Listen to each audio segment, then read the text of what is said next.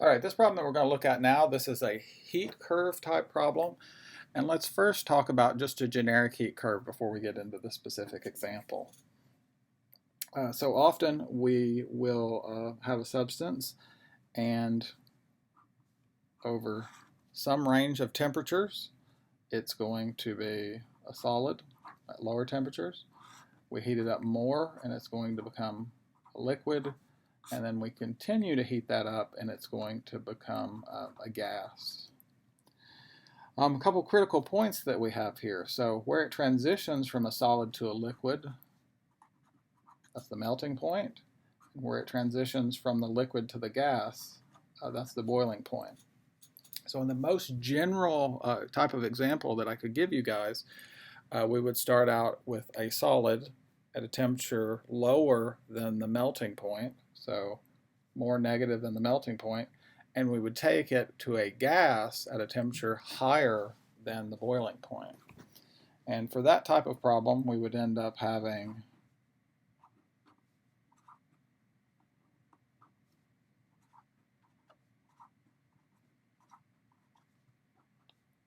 five different enthalpy calculations that we would do.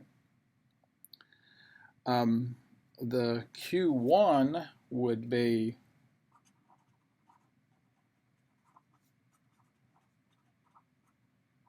heating up the solid.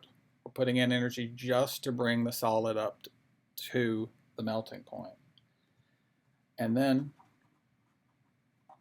melting will be the next step. That requires additional energy. Once we've got it to the melting point, it's going to require input of even more energy to melt it.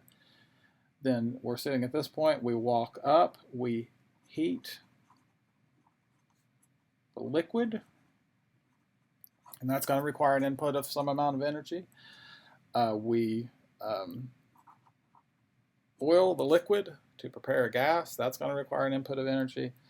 And we then heat the gas. All right, so now let's look at the specific example. We're actually not going to have to do all five of those steps for this one. So don't let that trick you when I give you an easier problem like this. Okay, in the specific example that we have here, the specific heat of the liquid ethanol is 2.46 joules grams per degree C. Heat of vaporization is 39.3 kilojoules per mole, given the boiling point of ethanol. And you're asked what amount of enthalpy is required to heat 50 grams of liquid ethanol, 23 degrees C, to ethanol vapor at 78.3 degrees C. So it's always good to put a diagram for different things. So we're starting out at 23 degrees C, and we're taking it up to 70.3 degrees C. And we're also, because the problem is asking us for the vapor, we're going to have to also put in the energy to vaporize it. So we got to heat the liquid up from, this is around room temperature, up to the boiling point of the ethanol, and then we have to vaporize the ethanol. So we're going to do two steps here. In my previous example, I would have called those Q3 and Q4. So let's just continue to do that. Q3 is for heating a liquid. And we have 50 grams of that liquid. The specific heat for this is given in the problem, 246 joules per gram per degree C. And then our temperature change, it's heating, so the final temperature is higher than the initial temperature. All right, and now I'll put all this into my calculator.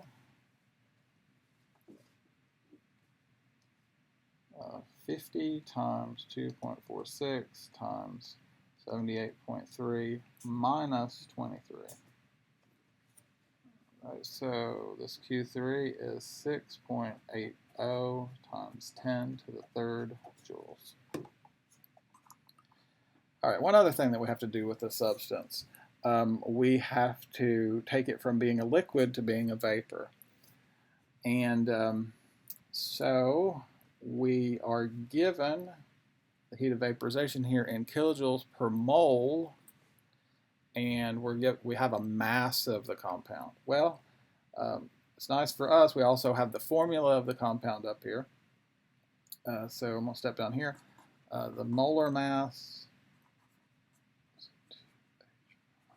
H is equal to 2 times 12.01 plus 6 for the 6 hydrogens times 1.008 plus 16 for the oxygen. 46.07 grams per mole.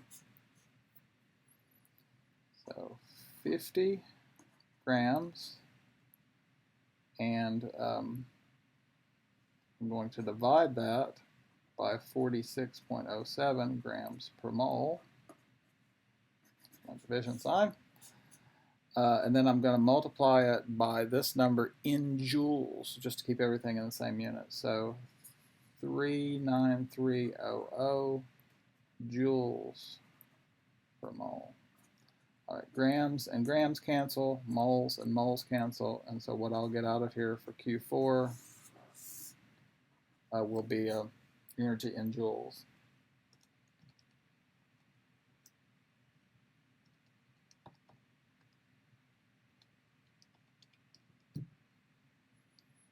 .26 times 10 to the 4th joules. All right, now let's do our total. Our total energy here is Q3 plus Q4. 6.80 times 10 to the 3rd plus 4.26 times 10 to the 4th. That gives me 4.94 times 10 to the 4th joules. The answer asks for kilojoules, so I'm going to need to divide it by 1,000 to make it into kilojoules. 4.94 times 10 to the 1 kilojoules, or 49.4 kilojoules.